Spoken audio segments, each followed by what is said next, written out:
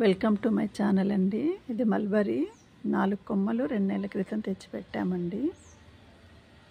చూపించాను మీకు వీడియోలో. కొమ్మలు పెట్టాను, నాటుకుంటున్న చిగురు వస్తుందనేసి. ఇది వచ్చినప్పుడు చూపించాను.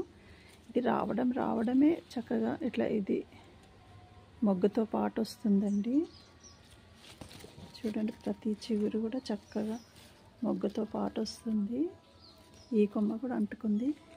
ఇదైతే చూడండి, అసలు ఆకులు లేవు, చక్కగా మల్బరీసే స్టార్ట్ అయ్యాయండి. మల్బరీ ఇదే ఇలా పువ్వు ఉండదండి, ఇలానే మొగ్గ వచ్చేసి అదే పండుగ మారుతుంది. అసలు నాకైతే చాలా హ్యాపీగా ఉంది. 4 కొమ్మలు పెట్టాను, 4 3 అంటుకున్నాయండి. ఇదొకటి చూడండి, ఇదొకటి 3 అంటుకున్నాయి.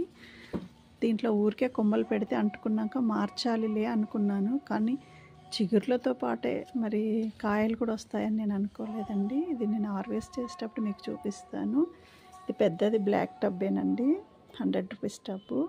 ఇంకా దీంట్లోనే ఉంచేసి దీంట్లో ఉన్న బచ్చలి ఉంది, ఆ విధంగానే ఇది నల్ల ఉసిరి ఉంది. ఇవి 2 కూడా తీసేసి ఇవాళ మల్బరీని మాత్రం ఇంకా నాకు కదిలించాలనిపించట్లేదండి, ఎందుకంటే కాపుతో ఉంది కదా, ఇంకా అలానే ఉంచేస్తాను.